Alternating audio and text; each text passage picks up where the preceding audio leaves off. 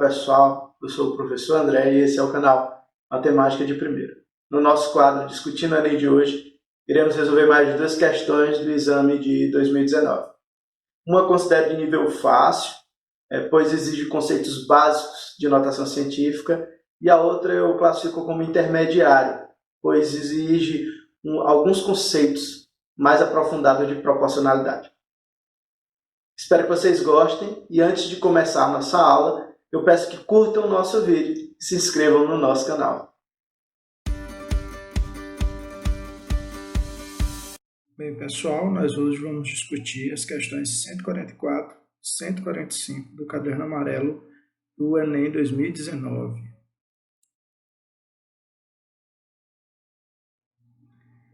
Bem, pessoal, o enunciado da questão 144 traz o seguinte: a gripe é uma infecção respiratória aguda e curta duração causada pelo vírus influenza.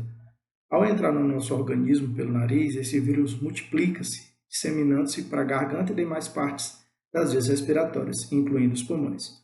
O vírus influenza é uma partícula esférica que tem um diâmetro interno de 0,00011 milímetros. Então, em notação científica, o diâmetro interno do vírus influenza em milímetros é.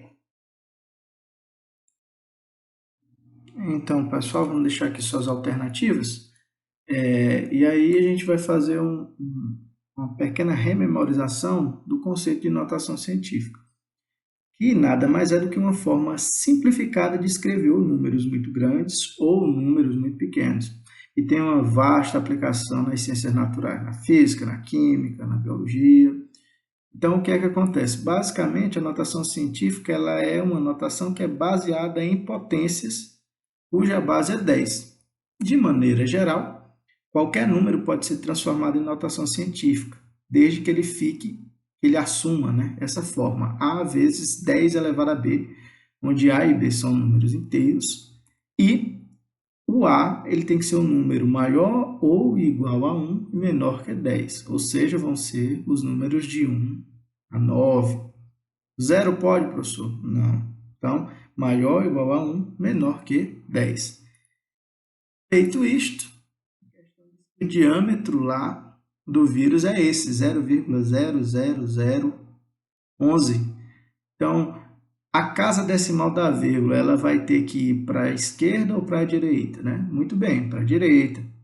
E vão andar quantas casas? Eu vou parar aqui, aqui ou aqui, né? Se eu parar aqui, fica sendo 0, não satisfaz a condição. Se eu parar a vírgula aqui, fica 11, e 11 é maior que 10, então também não satisfaz a condição para o número ficar em notação científica. Logo, a vírgula ela deve andar para a direita e ela deve parar aqui. Então, pessoal, questão 145 tem o seguinte enunciado. Em um jogo online, cada jogador procura subir de nível e aumentar sua experiência, que são 2 parâmetros importantes no jogo, dos quais dependem a força de defesa e de ataque do participante. A força de defesa de cada jogador é diretamente proporcional ao nível e ao quadrado da sua experiência, enquanto sua força de ataque é diretamente proporcional à sua experiência e ao quadrado do seu nível. Nenhum jogador sabe o nível e a experiência dos demais. Pronto. Os jogadores iniciam o jogo no nível 1 com experiência 1 e possuem força de ataque 2 e de defesa 1. Nesse jogo, cada participante se movimenta em uma cidade em busca de tesouros para aumentar sua experiência, Quando 2 deles se encontram, um deles pode desafiar o outro para um confronto, sendo o desafiante considerado o atacante. Compara-se então a força de ataque dos desafiantes com a força de defesa do desafiado e vence o confronto aquele cuja força for maior. O vencedor do desafio aumenta seu nível em 1 unidade. Caso haja empate no confronto, ambos os jogadores aumentam seus níveis em 1 unidade. Bem, antes de prosseguir, vamos fazer a análise aqui da proporcionalidade. Então, vamos ter que estudar primeiro a força de defesa, depois a força de ataque. Bem, foi dito que a força de defesa é diretamente proporcional ao nível e ao quadrado da experiência. Bem, em matemática, nas ciências naturais, o teorema da proporcionalidade é importante. E diz que para tornar proporcionalidades e igualdades eu preciso usar os princípios multiplicativos e uma constante. Então, nesse caso, a força de defesa é igual ao nível vezes o quadrado da experiência vezes uma constante K. Isso é possível determinar essa constante? É, porque ele falou que os jogadores no nível 1 com experiência 1 possuem força de ataque 2 e de defesa 1, ou seja, no nível 1 com experiência 1, a força de defesa é 1. Substituindo as variáveis, eu vou ter que a minha constante K é igual a 1. Logo, para se calcular a força de defesa de um jogador, eu vou usar o produto do nível pelo quadrado da experiência. Muito bem. E a força de ataque a gente faz de maneira análoga. A força de ataque é proporcional, só que tem uma pequena mudança aqui, né? A força de ataque, enquanto a força de ataque é diretamente proporcional à experiência e ao quadrado do nível. Então, a força de ataque é diretamente proporcional ao quadrado do nível e diretamente proporcional à experiência. Então, com isso, eu vou precisar de uma constante Q aqui para tornar as proporcionalidades e igualdades.